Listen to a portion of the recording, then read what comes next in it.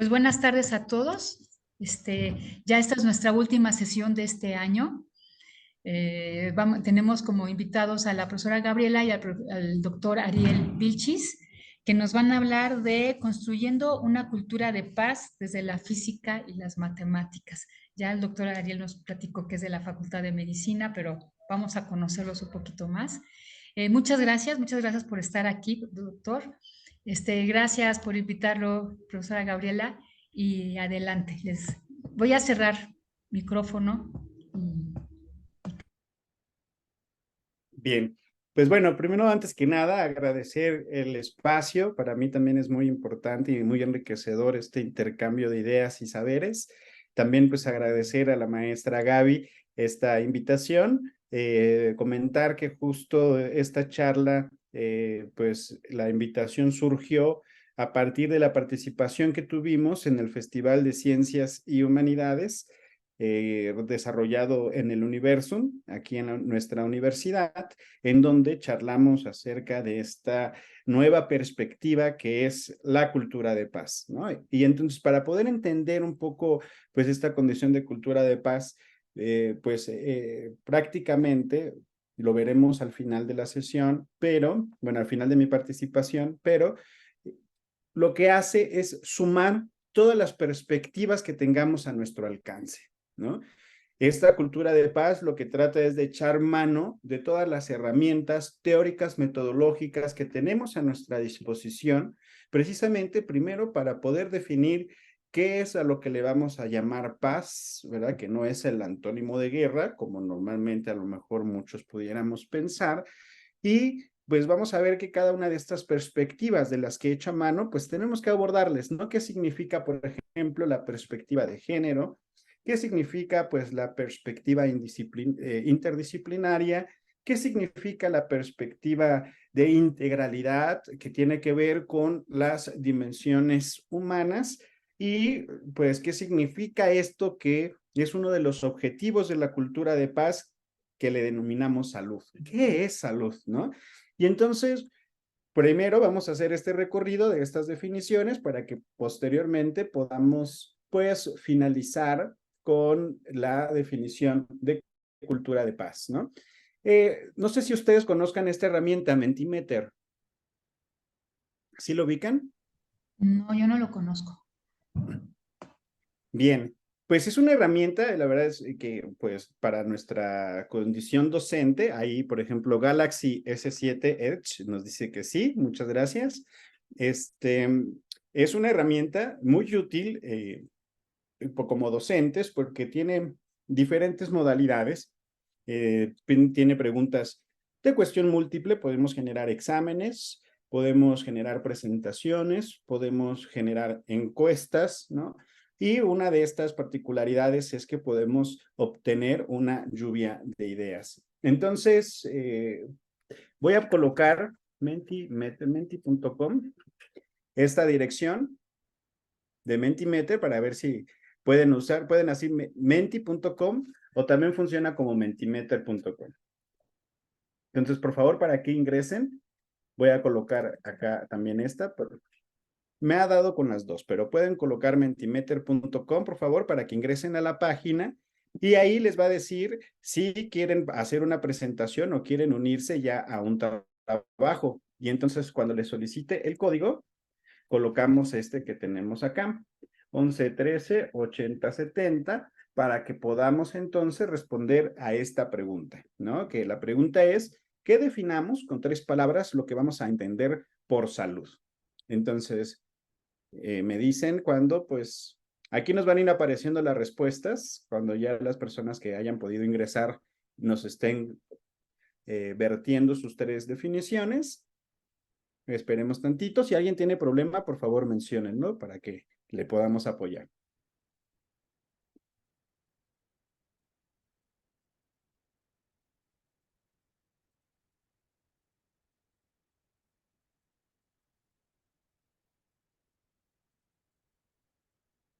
Creo que no hay problema, ¿verdad? ¿Estamos logrando entrar?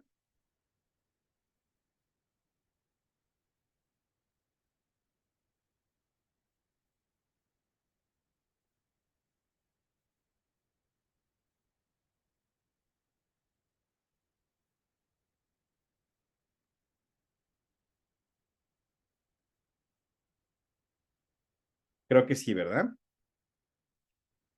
Entonces, por favor, para los que van ingresando, nos van escuchando, entrar a la página mentimeter.com, les va a pedir un código. El código es este que ya tenemos en el chat, es 11 13 80 70, para que podamos contestar esta primera pregunta, ¿no? O definir con 3 palabras a lo que vamos a entender como salud.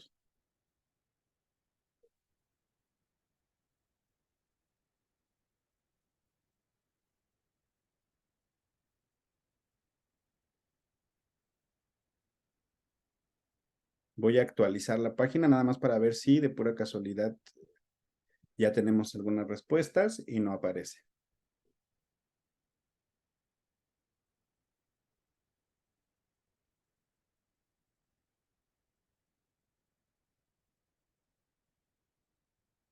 No, aún no tenemos ninguna respuesta.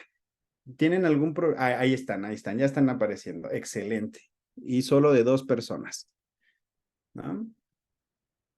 Ahí está apareciendo. Entonces, me voy a poner hacia la presentación porque por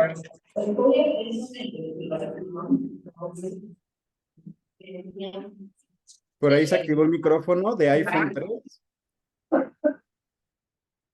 Gracias iPhone 3.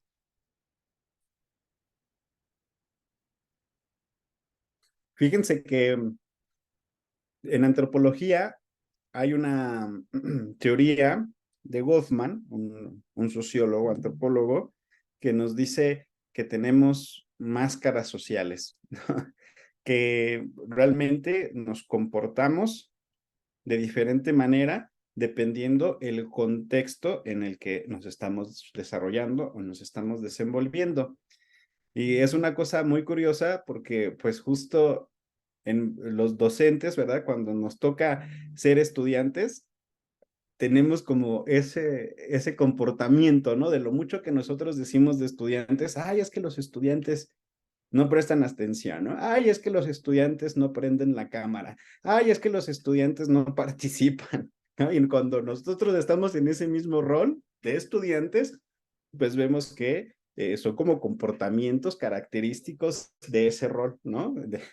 Porque también los reproducimos, también apagamos nuestras cámaras, también no logramos participar como cuando nosotros solicitamos a los estudiantes que lo hagan, ¿no? Y eso está definido bajo la antropología y una teoría de ellas es las de máscaras sociales, ¿no? Tenemos una máscara que nos colocamos dependiendo de qué rol y en qué contexto me estoy desarrollando. Curioso. Bien. Entonces, tenemos 9 participaciones y estamos en sala 26. Esperamos entonces, ¿no? Todavía. Tantito. Si tienen conflicto, por favor, coméntanoslo.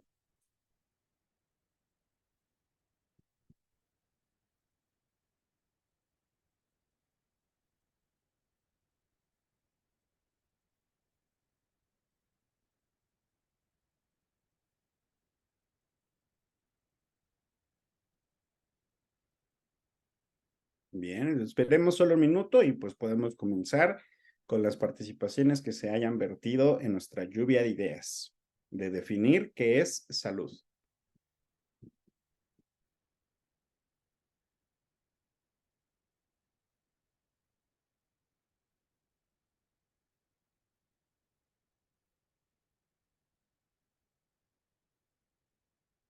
Tenemos 9, no han avanzado y pues ya pasó el minuto. Pues bueno, yo creo que con estas podemos empezar no, 25 respuestas y aquí me parece, no, pues son 25 palabras, pero de 9 personas, ¿no? Bien, entonces aquí esta plataforma lo que nos puede un poco de apoyar es a ir pues organizando estas definiciones conforme fueron apareciendo. Vamos a ver que en el centro vamos a tener la palabra que más veces se repitió dentro de estas definiciones, estas 3 que solicitamos para poder definir qué es salud. Entonces, en el centro y con letras más grandes es la palabra que más se repitió. Y justo, gracias Carolina, sí es verdad, se forma una nube muy interesante con esta pues, lluvia de ideas, ¿no? Con esto que pues nosotros ya vamos teniendo nuestro bagaje de los conocimientos que ya tenemos anteriormente, de nuestras experiencias que hayamos tenido con el tema, ya tenemos un conocimiento previo, ¿no? Y entonces es algo de lo que desde la antropología nos gusta rescatar mucho, el saber, la experiencia de las personas, porque no somos una hoja en blanco en donde el profesor viene y va a llenar esa hoja, ¿no? No, ya tenemos un curso de vida, una experiencia previa y con esto podemos construir nuevos saberes, porque aquí no venimos a repetir conceptos, sino venimos a construir dentro de la docencia, pues más saberes, ¿no? No se trata de esta repetición. Y entonces, pues sí, acomoda en estas ideas, las acomoda en esta nube, en donde comentaba en el centro, pues tenemos la palabra que más veces se repitió, y también con respecto al tamaño, las que están un poco más grandes, pues son estas que podemos ver se repitieron. Y como pueden ver, bien importantemente, como ustedes logran identificar perfectamente, pues tenemos que la salud tiene que ver con una condición a la que le denominamos bienestar. ¿Alguien tiene idea más o menos de cuándo surgió ese concepto? ¿O qué querrá decir la palabra bienestar?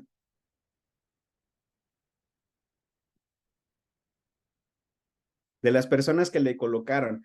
Para ustedes que le colocaron ahí bienestar, ¿qué significa qué les representa el bienestar?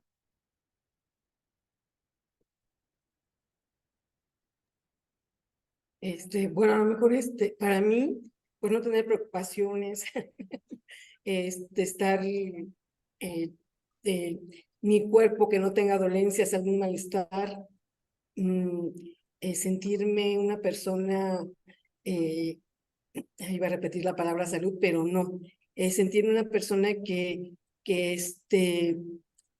como todo se va degradando conforme pasa el tiempo, pero algo normal, no una exageración, ¿sí? De que, por ejemplo, a cierta edad ya hay personas que presentan ciertas problemáticas y lo vemos muy frecuentemente en los jóvenes, ¿no? Se habla de los jóvenes obesos, se habla de los jóvenes que tienen diabetes, se habla de los jóvenes que sufren de osteoporosis ya muy chicos. Entonces, quizá eso tiene que ver más bien el que no tengan ese tipo de padecimientos con el bienestar, ¿no? Ok, muy bien, ¿verdad? El sentirse bien. Creo que eso es una de las cosas que podemos rescatar. Muy importante, que vamos a ver que tiene mucho que ver con esto que usted hace mención, maestra Gaby. También por aquí, maestra Nora. Hola, buenas tardes. Pues creo que me fui más bien por el no bienestar. Casi siempre vamos al médico cuando estamos enfermos y no tomamos la medicina o ir al médico como algo preventivo para estar bien. Justo, y vamos a ver que incluso esa condición, querida maestra Nora, también es muy propia de la medicina. La medicina, muchos pudiéramos pensar que nos enseñan cómo procurar y mantener la salud, y no, ¿no? Dentro de nuestra formación, dentro de nuestros planes de estudio, lo que nos enseñan es a reconocer la enfermedad, ¿no? Entonces también cuando al personal médico o en medicina hacemos esta condición o cuestión de salud, pues se genera una gran interrogante porque realmente lo que hacia donde estamos enfocados es hacia la enfermedad, ¿no? Y justo, pues sabemos muy poquito de esto que le podemos denominar salud, ¿no? Y que incluso es como un imaginario, un utópico, ¿verdad? Que se va yendo construyendo y que, pues bueno, ahorita vamos a llegar a una probable conclusión. Por aquí Carolina Quirasco nos dice, el concepto de bienestar tiene raíces históricas profundas, pero su formulación moderna se consolidó a lo largo del siglo XX. Excelente. Surgió como una preocupación integral por la calidad de vida, abarcando aspectos físicos, mentales y sociales. El bienestar implica la satisfacción de necesidades básicas, la salud emocional y física, y la prosperidad en diversos aspectos de la vida, ¿no? Entonces, gracias, querida maestra Caro, por esta importante definición, que efectivamente, pues es a lo que vamos a entender por esta condición de bienestar.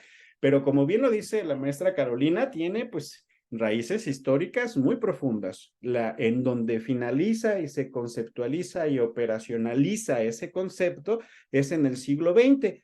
pero vamos a ver que la primera vez que surgió algo muy relacionado a la palabra bienestar es aproximadamente en los años 2000 antes de Cristo, en la población andina. La población andina, poblaciones andinas, que todavía son poblaciones vivas, muchas de estas, desarrollaron un concepto en purépecha que le denominan Sumai Causai, que quiere decir el buen vivir, ¿no? El vivir en plenitud, como aquí lo comenta también Caro, contemplando estos aspectos de necesidades básicas. ¿Y qué necesitamos para estas necesidades básicas desde esta cultura andina, 2000 años antes de Cristo? Significa, sobre todo, de dónde podemos obtener estas necesidades o de estos satisfactores con respecto a mis necesidades, pues de la Pachamama, de la madre naturaleza. Entonces, para ellos es muy importante, precisamente para poder vivir en armonía, para poder vivir en plenitud, lo que se requiere principalmente es cuidar a la Pachamama, ¿no? Entonces, puede ser uno de los primeros antecedentes de la palabra de bienestar, pero vamos, como bien lo dice Caro, fue justamente después de la crisis de 1929, la caída de la bolsa de valores de Wall Street, en Reino Unido, un economista apellidado Keynes, John Keynes, él formula esta teoría del desarrollo que le llaman teoría del bienestar, ¿no?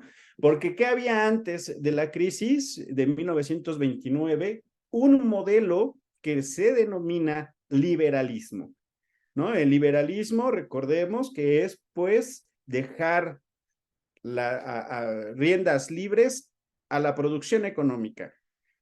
No intervengamos en las decisiones económicas, ya que el mercado se regula por sí mismo. Es lo que nos decía el liberalismo.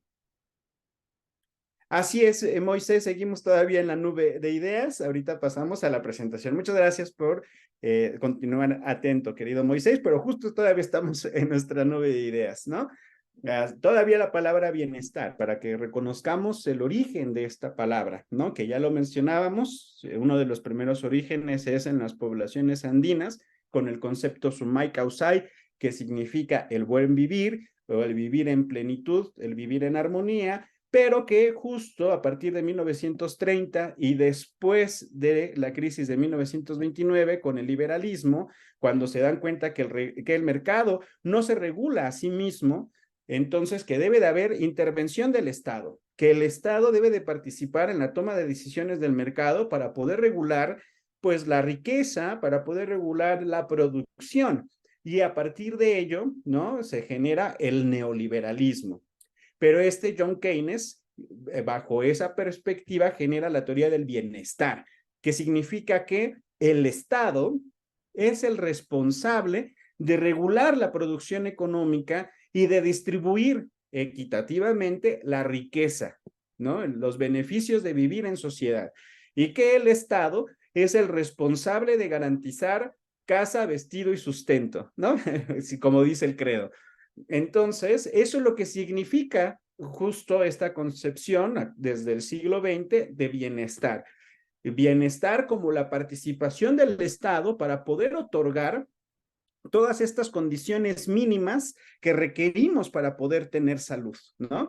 Entonces, y que me interesa bastante, por eso quise detenerme en esta reflexión, porque lo reconocen muy bien y que va a ser un eje fundamental para la salud.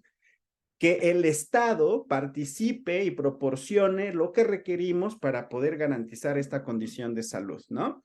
Entonces, por aquí Carolina dice Pachamama, esa deidad prehispánica que cobija a todos sus hijos, el símil de la madre Tonali para nosotros los mexicas. Qué padre, muchas gracias Carolina, efectivamente, ¿no?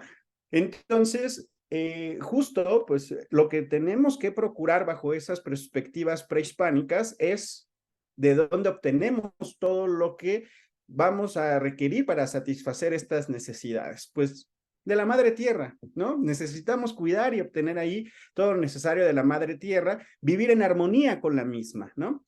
Entonces, pues aquí, importante que ustedes lo hayan logrado reconocer como un elemento fundamental de salud.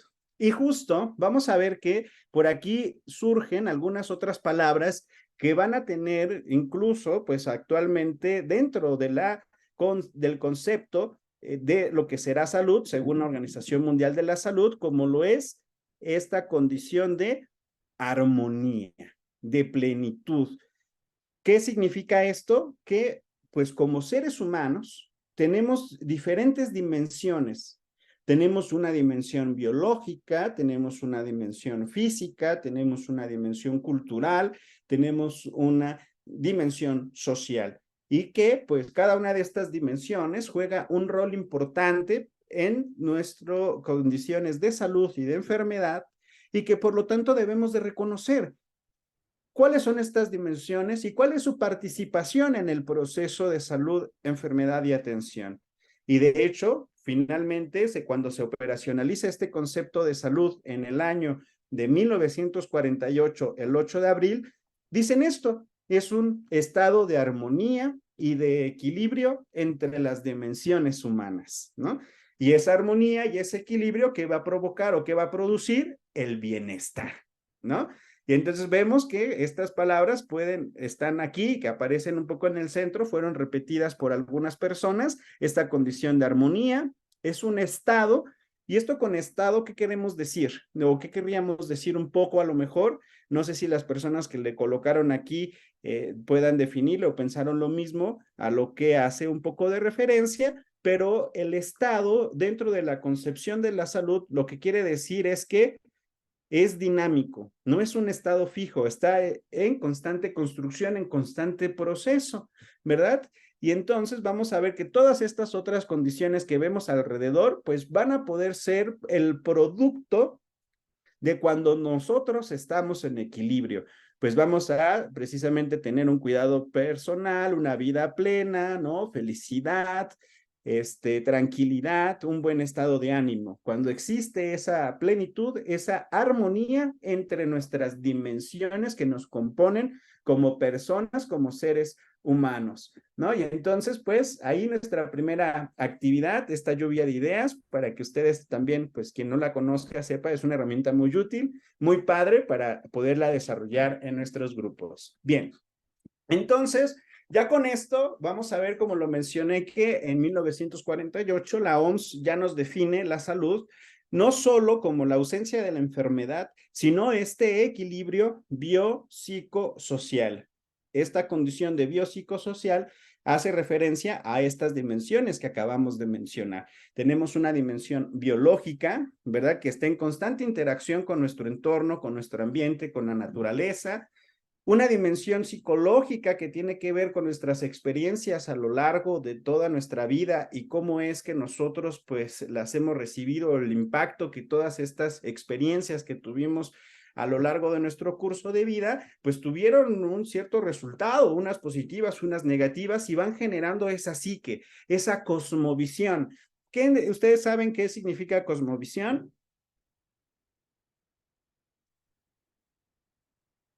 ¿Qué será la cosmovisión?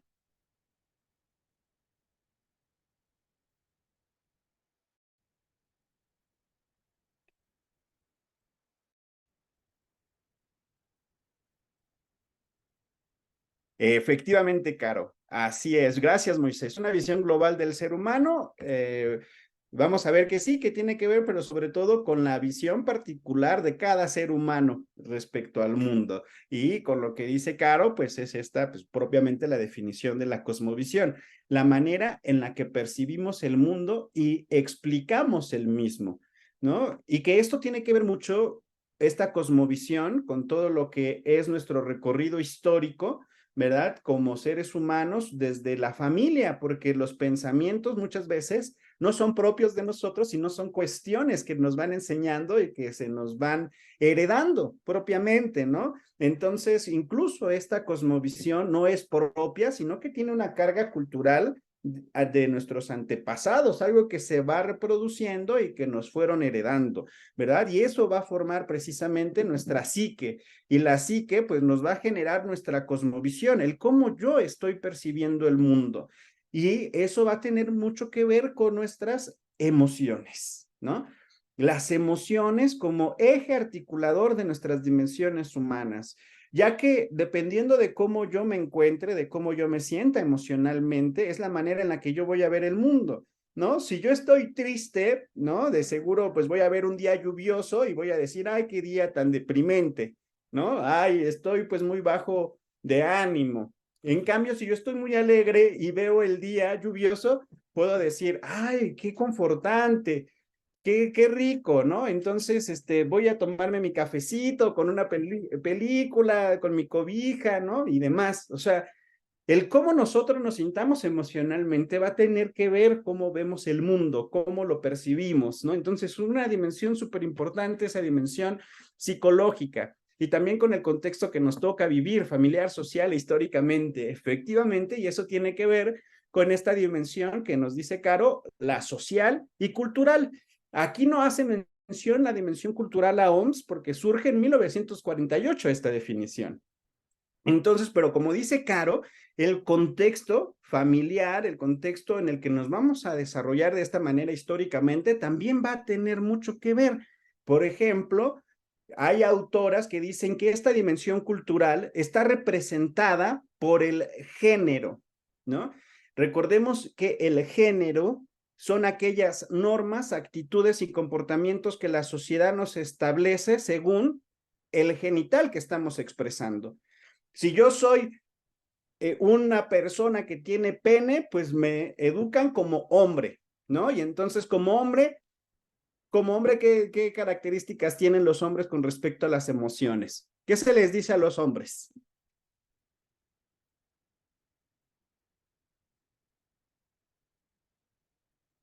Con respecto a sus emociones.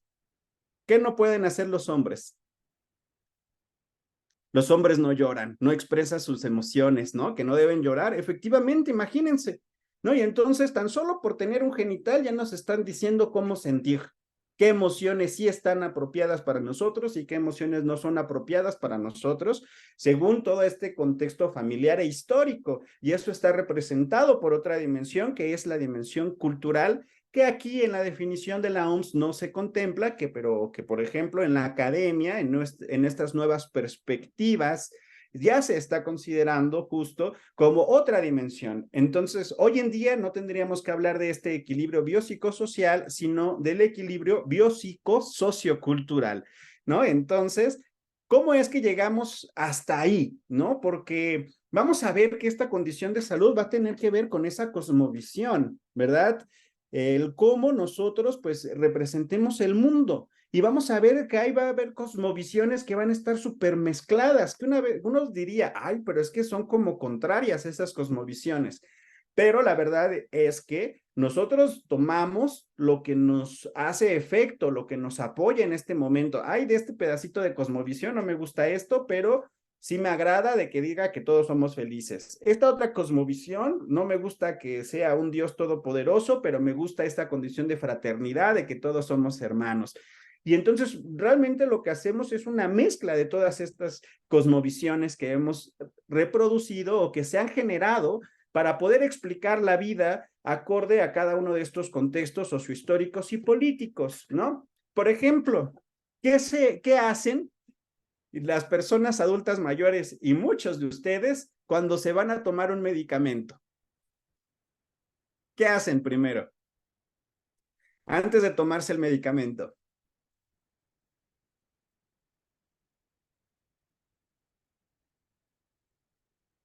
¿Qué hacen? Sobre todo las personas adultas mayores, muchas veces las mujeres, ¿no? Las mujeres adultas mayores, antes de tomarse su medicamento, su metformina, su captopril, ¿qué hacen? Vemos la hora a la que debemos tomarla. Bueno, muy bien, ahí se checa el reloj, bien, pero ¿qué más hacen antes de tomarla? ¿Qué hemos visto de nuestras abuelitas, a lo mejor de nuestras mamás? Cuando ya se van a tomar su pastillita, ¿qué hacen primero? Se persinan. Ahí por ahí, claro, ¿verdad? Exactamente. Entonces, vean, es una cosmovisión biohegemónica que tiene que ver con la medicina, esta condición de la medicalización, pero también tiene que ver con esta condición religiosa, cultural. Y cómo pues les mezclamos, ¿no? En el nombre del Padre, el Hijo y el Espíritu Santo y la pastilla, para que haga efecto, ¿no? Porque si no, no hace efecto la pastilla. Entonces, por eso es importante que pues reconozcamos un poquito anteriormente qué explicaciones le daban a esta condición de salud y enfermedad. Ya mencionamos a la cultura de población andina, 2000 años antes de Cristo, con este concepto de sumai causai. Para ellos, lo más importante era precisamente cuidar a la Pachamama, cuidar a la madre naturaleza. Porque, por ejemplo, esto lo dijeron 2000 años antes de Cristo, si queremos vivir en armonía y en plenitud, cuidemos a la Pachamama. Pero, justo hoy en día, ¿qué situación amenaza nuestra condición humana? ¿Cuál es lo primero que pues, nos está amenazando para poder subsistir como humanos? ¿Cuál es ahorita nuestra principal amenaza? El cambio climático. Así es, gracias Gabriela, ¿verdad? Entonces, el impacto ambiental de las industrias, exactamente, ¿verdad? Entonces, ahorita eso, por no hacer caso a esta saberes ancestrales, ¿verdad? De no cuidar a nuestra madre naturaleza, hoy en día es nuestro principal riesgo. Si vamos a morir en 20 años, será por los efectos del cambio climático, ¿no?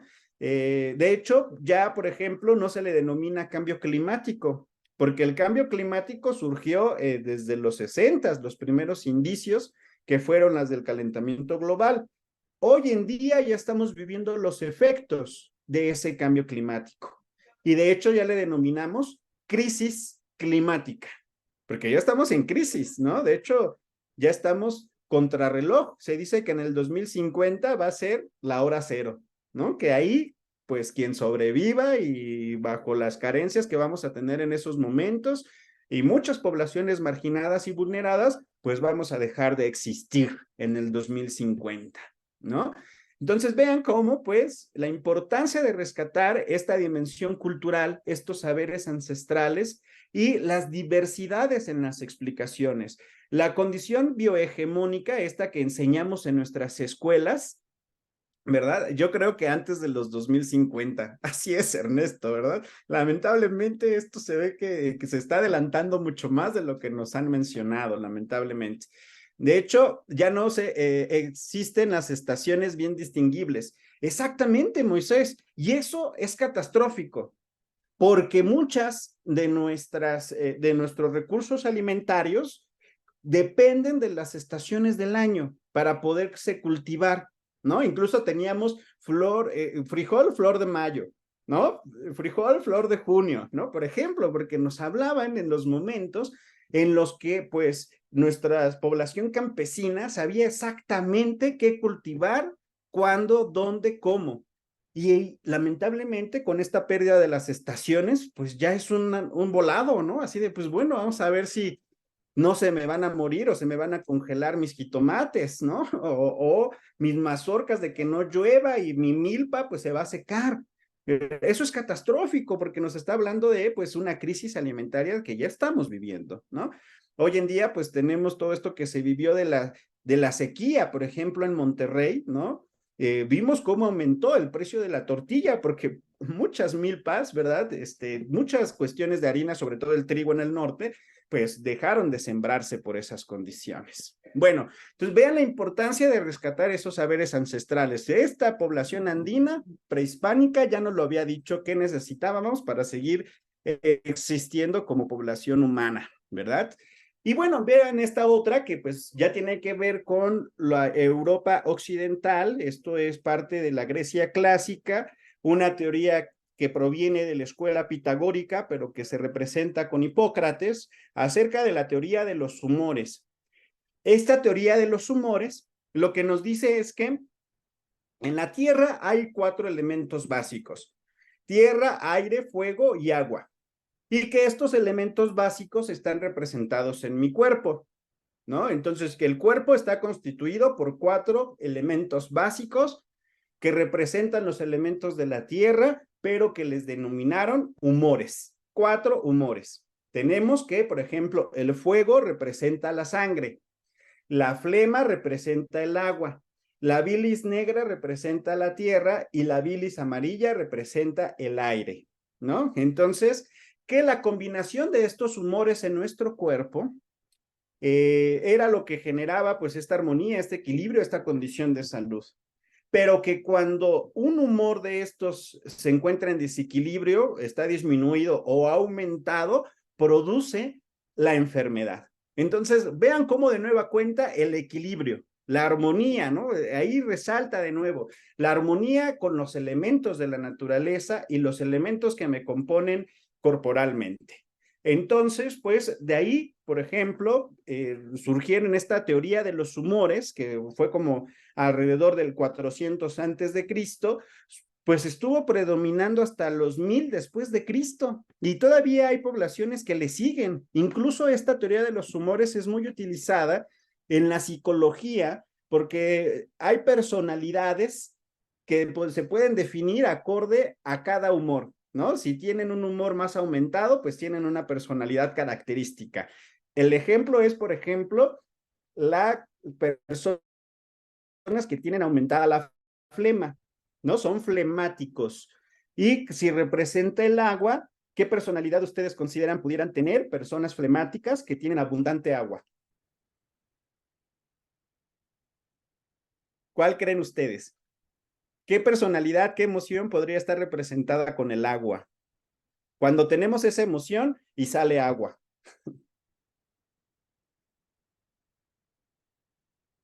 Llorar, así es, ¿verdad? Y a eso le llamaban melancólicos, ¿no? Ahí surgió la personalidad melancólica. ¿Qué humor está predominando? La flema, ¿no? Y entonces, pues, ¿qué hacían? Trabajos forzados. Hay que sacarle la flema, ¿no?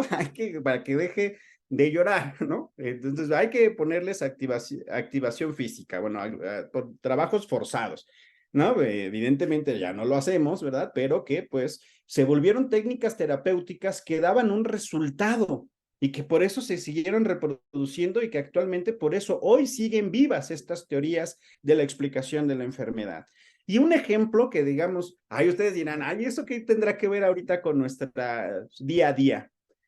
Pues resulta que justamente nosotros estamos influenciados, nuestro cuerpo, por los elementos de la tierra. Tenemos una dimensión biológica de la que no nos podemos desprender.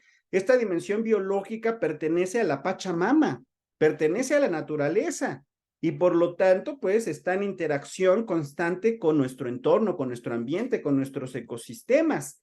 Por ejemplo, ustedes sí saben qué es la menarca, ¿no?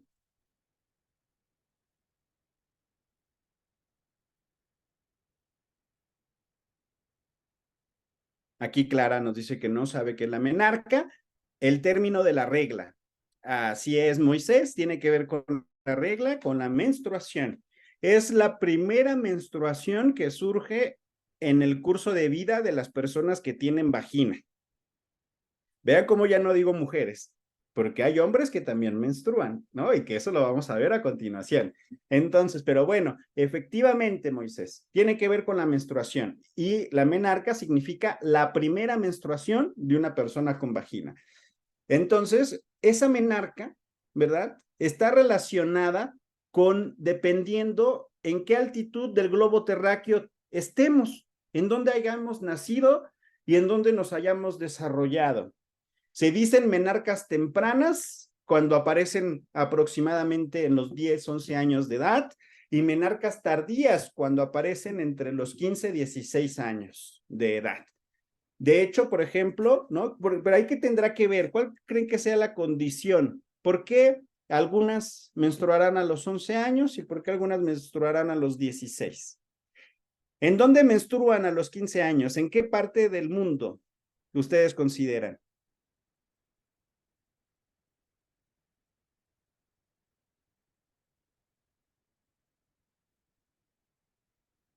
Les adelanto, ¿no? Les adelanto ahí un poco que la menarca a los 15 años se presenta en regiones nórdicas, en donde hace frío. Efectivamente, Moisés, la alimentación tendrá que ver, ¿verdad? Pero sobre todo el clima, ¿no? Silvia, en Europa, ¿verdad? Va a tener en Europa, estas partes que están más cercanas a los polos son partes más frías, que por lo tanto, tan solo por la temperatura, ¿verdad? Su metabolismo es mucho menor o es un poco más lento el metabolismo en personas que viven cercanas a los polos, cercanas a climas fríos, y las personas que viven en los trópicos, ¿verdad? En climas más calientes, pues tienen un metabolismo más acelerado tan solo por la temperatura, ¿verdad?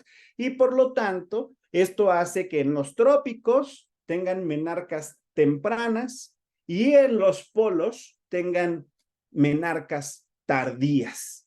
El clima, como uno de los factores que va a definir una condición biológica, el clima, ¿no? Y ¿saben cómo se llama la primera eyaculación en hombres?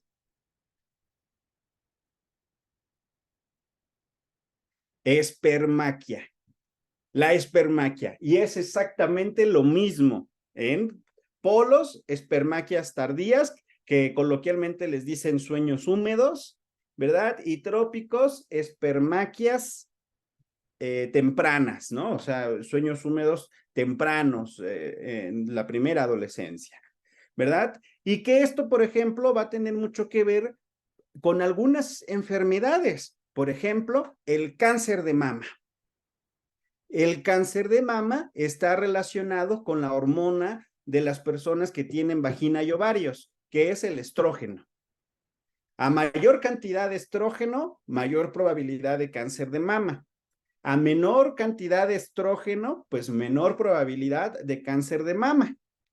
¿Quién de ustedes considera menarcas tempranas o menarcas tardías tenga más probabilidad de cáncer de mama? ¿Quién tiene menstruación temprana o quién tiene menstruación tardía? ¿Quién tendría más probabilidad de cáncer de mama? Temprana, así es, Moisés. ¿Por qué temprana? Porque desde muy temprana edad comenzaron a secretar estrógenos, que es la hormona que regula la menstruación. Entonces, como iniciaron muy tempranamente a producir estrógenos, pues esto les da una mayor probabilidad de tener cáncer de mama. Y en cambio, quienes menstruan tardíamente, pues tienen menor exposición al estrógeno y por lo tanto menor probabilidad de cáncer de mama. Entonces, vean relacionado el cáncer de mama con el clima. Cómo nuestro cuerpo, ¿verdad?, está respondiendo a los elementos naturales en la Tierra y que esto puede impactar nuestra salud.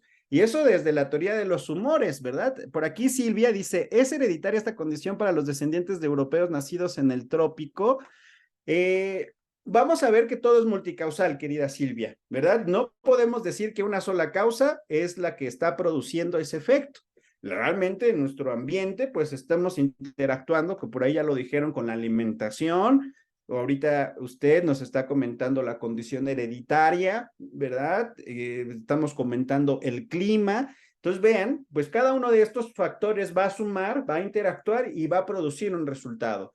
Alguno de estos factores puede estar más fuertemente asociado y de ahí decir que, por lo tanto, muy probablemente pueda ser, en este caso del ejemplo del cáncer de mama, que por lo tanto en los trópicos, por eso tenemos mayor mortalidad de cáncer de mama, no solo por la falta de acceso, sino también por el clima, en comparación a los personas que viven en los polos. Pero ¿qué sí se heredó, Silvia? Lamentablemente, ¿qué sí se heredaron de estas personas descendientes europeas nacidas en el trópico?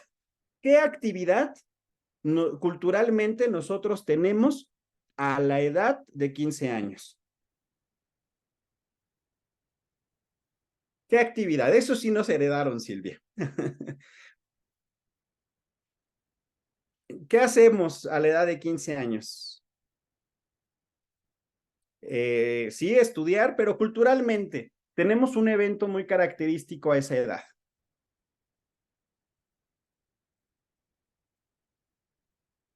Ejercicio, no.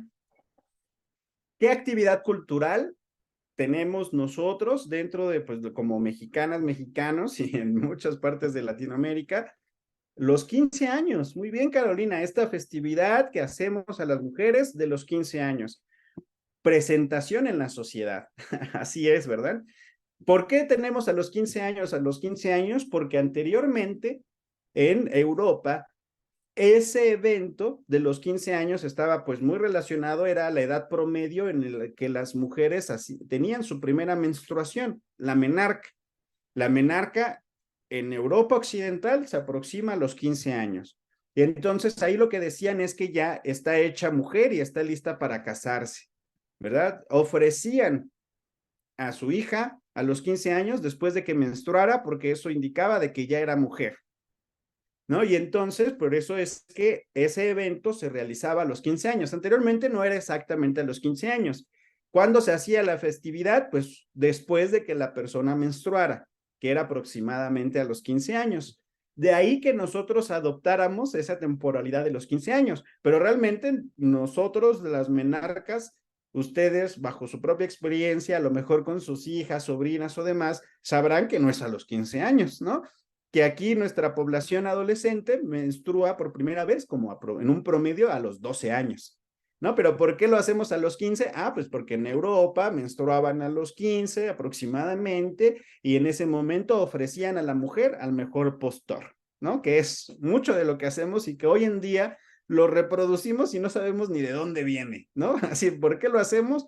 Lo hacemos a lo mejor ahora ya con otro sentido, pero pues tiene ese origen en el que ofrecemos a nuestras hijas listas para casarse, para ver quién la quiere en la sociedad, ¿no? Entonces, vean, ese es otro ejemplo bien padre. Y bueno, podemos seguir, pero no me va a dar tiempo, ¿no? Entonces voy a seguir avanzando porque, bueno, otro de los ejemplos de los humores es la luna. ¿Qué onda con la luna y nuestros cuerpos? ¿Ejercerá atracción la luna sobre nuestros cuerpos? ¿Qué provoca la luna? ¿Qué sabemos de la luna y algunas enfermedades? ¿No? Incluso hay una enfermedad que le llaman así, ¿no? Lunáticos. ¿Qué pasará con justamente la luna y la menstruación? La locura, justo, ¿verdad, Silvia? ¿Verdad? Hay momentos. Sí ejerce atracción. Gracias, Gaby, ¿verdad? Sí, efectivamente. Recordemos que la luna, por su gravedad que tiene propiamente, también al momento de acercarse a la Tierra, que es en luna llena, cuando está en su momento más cercano a la Tierra, pues ejerce atracción sobre los cuerpos más densos, sobre todo con el agua, ¿no? Y entonces por eso sube la marea. Cuando se aproxima la luna, sube la marea porque la luna lo que hace es jalar el agua, ¿no? Así como véngase para acá, agüita. Entonces por eso sube la marea. Y nosotros, ¿qué estamos compuestos? Pues 75% de agua, ¿no? Y incluso en el medio hospitalario es muy reconocido porque cuando hay luna llena ya sabemos que va a haber personas que se van a complicar, que las personas hipertensas se les va a subir más la presión, que las personas que padecen o que están en trabajo de parto, se les va a acelerar el trabajo de parto porque la luna está ejerciendo esas atracciones, ¿no? Entonces, nosotros no somos inertes o no estamos separados de las condiciones ambientales y ecológicas, y estas condiciones ambientales y ecológicas nos están generando un efecto en nuestros cuerpos, y algo que pudiera generar salud o algo que pudiera generar enfermedad. En Candelario de Provincia aparecen las fases de luna para la siembra y cosecha. Efectivamente, ¿verdad? De lo que hablábamos hace unos momentos de las estaciones, pero así también con las condiciones de la luna, ¿no? E incluso hay flores que se deben de recolectar al amanecer, ¿no? Porque tienen cierto efecto con precisamente el sol o otras que se deben de recoger en pleno sol, como el girasol, ¿no? Para que no mueran y demás. Entonces, vean todo esto cómo efectivamente está relacionado y ya nos lo decían también en la Grecia clásica desde 400 años de Cristo, que todo tiene que ver con la naturaleza y el equilibrio que tengamos con ellas. Pero después, muy importantemente, cambió el contexto de la humanidad. Comenzamos a organizarnos de manera diferente en nuestras comunidades, ¿no? Y entonces, ahora no solamente pues vamos a estar en relación con condiciones ambientales, sino que como sociedad y sobre todo en Europa Occidental se fueron estructurando, ¿verdad? Ciertas maneras de vivir. Y pues sobre todo lo que es del año 1000 a lo que es aproximadamente 1400, antes de la Edad Moderna, antes del descubrimiento o el encuentro de los dos mundos, ¿verdad? Estaba sobre todo, pues predominando un modelo que se le denominó feudalismo, ¿no? Entonces, en Europa Occidental, lo que se generaron en estos pequeños reinos, ¿verdad? Fueron pequeños espacios de tierra, ¿verdad? Que se denominaron feudos. Y estos feudos, pues, tenían una manera de organizar, eran pequeños espacios en donde vivían en hacinamiento las personas, en donde no había control de excretas, ¿verdad? En donde pues se la vivían pisando popó todo el tiempo, porque ¿qué hacían con la popó? Ustedes saben qué hacían en ese modelo social que se originó en Europa Occidental a partir del feudalismo. ¿Qué hacían con la popó? La tiraban en la calle, ¿verdad? La arrojaban por la ventana. Así es, Moisés. Y de hecho de ahí salió una expresión coloquial que aún seguimos utilizando. ¿Y por qué lo utilizamos? Porque cuando nos colonizaron, nos adoptaron esas mismas formas de vivir insanas, ¿no? Tirarla por la ventana. Aguas, efectivamente, Carmen, ¿no? De ahí surgió aguas. Nosotros también lo tenemos, poblaciones latinoamericanas poshispánicas, porque cuando nos colonizaron también nos hicieron vivir así, vivir en hacinamiento, ¿verdad? Pero nosotros en la Gran Tenochtitlan teníamos control de excretas, teníamos fuentes brotantes, ¿verdad? Agua para bañarnos, los temazcales, pero ellos no, ellos ni se bañaban, ¿no? Y no tenían control, no tenían una fuente de higiene, ¿verdad? No existía todavía el higienismo como un dogma, y pues vivían en hacinamiento. Vivían con una prenda de ropa para todo el año de lana, dormían en paja, ¿verdad? Almacenaban sus alimentos dentro de casa, las excretas las tiraban en las ventanas. ¿Y qué originó eso? Pues condiciones completamente insalubres. ¿Y qué fue lo que dijeron ahí en ese momento? La enfermedad es ocasionada por aires fétidos e impuros. Y que por eso la enfermedad puede trasladarse de un punto, presentarse en Francia y que de repente aparezca en Reino Unido.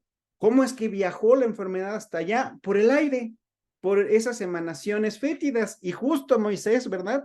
Esas condiciones de vida originaron que pudiera presentarse la primera epidemia registrada en la humanidad, que es la epidemia de la peste, ¿verdad? La peste negra. Que la peste negra se origina por el piquete de una pulga que vive en las ratas.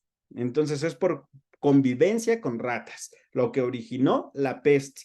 Pero la explicación que en esos momentos daban para que se pudiera explicar cómo la peste pasaba de una persona a otra, es que respiró los miasmas. ¿Qué eran los miasmas? Emanaciones fétidas del suelo, ¿no? Entonces, bajo esas condiciones, bajo esa representación, lo que nos dice es, las condiciones de vida impactan.